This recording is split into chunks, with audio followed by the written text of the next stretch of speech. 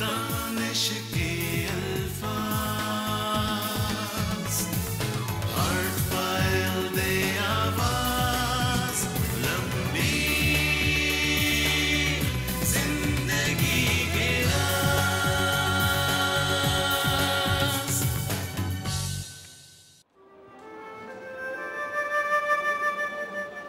آج کل شوگر یا ذیابیطس کی بیماری تقریباً ہر گھر کا مسئلہ بن چکی ہے۔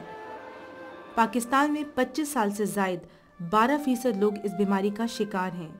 اس بڑی تعداد میں کچھ تو ایسے لوگ ہیں جو کہ بروقت اور مسلسل علاج سے اپنی بیماری پر قابو پا لیتے ہیں اور ایک بھرپور زندگی گزارتے ہیں، مگر کچھ ایسے بھی ہیں جو کہ علاج نہ کرنے کی وجہ سے اپاہج ہو جاتے ہیں۔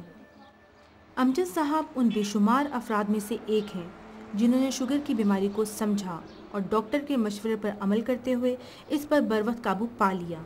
شروع میں مجھے جب بہت زیادہ تھکن کا احساس ہونے لگا، پنڈلیوں میں درد، کمر میں درد، پسینہ بہت زیادہ آتا تھا، اور جب میں صبح سو کے اٹھتا تھا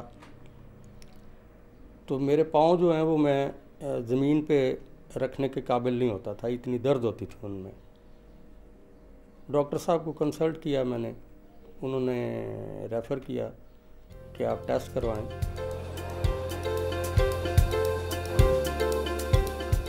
ایک آسان سا ٹیسٹ کروانے پر معلوم ہوا امجد صاحب کا شوگر لیول بہت زیادہ ہے۔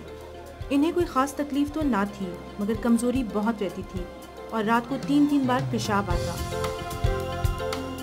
امجد صاحب نے فوراً علاج پر توجہ دی اور باقاعدگی سے دوائی لینی شروع کر دی اور کچھ ہی عرصے میں شوگر پر کنٹرول پا لیا۔ اگر وہ ایسا نہ کرتے تو شاید ان کا حال بھی ان کی خالہ جیسا ہوتا۔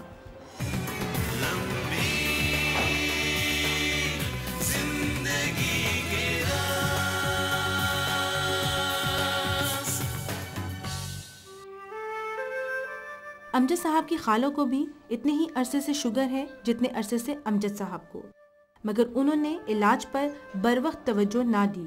اس غفلت کے نتیجے میں ان کے جسم کے بہت سے اعضاء پر برا اثر پڑا۔ شوگر نے نہ صرف ان کی آنکھوں کی بینائی متاثر کی بلکہ ان کے گردوں پر بھی برا اثر ڈالا۔ کچھ عرصے پہلے ان کے پاؤں کا ایک چھوٹا سا زخم بڑھ کر ناسور بن گیا اور نتیجتاً ان کی ٹانگ کاٹنی پڑی۔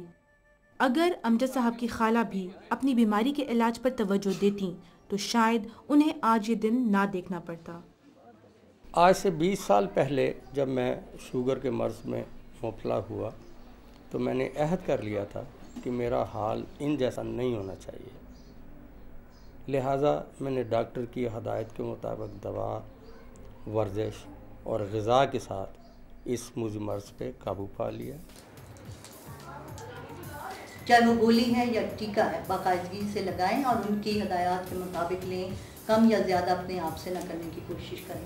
ضروری بات یہ ہے کہ آپ بہت میٹھی چیزیں، جس میں مٹھائیاں ہو گئیں، مشروبات، میٹھے مشروبات، ایسی چیزیں استعمال کرنے سے پرہیز رکھیں۔ اور تیسری بات، ورزش۔ یاد رہے شوگر کا مرض موذی تو ہے مگر اس پر قابو پانا ممکن ہے۔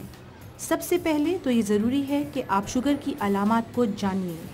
کمزوری، پیاس لگنا، بار بار پیشاب آنا، وزن میں اچانک کمی، خارش، زخم کا دیر سے بھرنا اور پاؤں کا جلنا، یہ سب ذیابیطس کی علامات ہو سکتی ہیں۔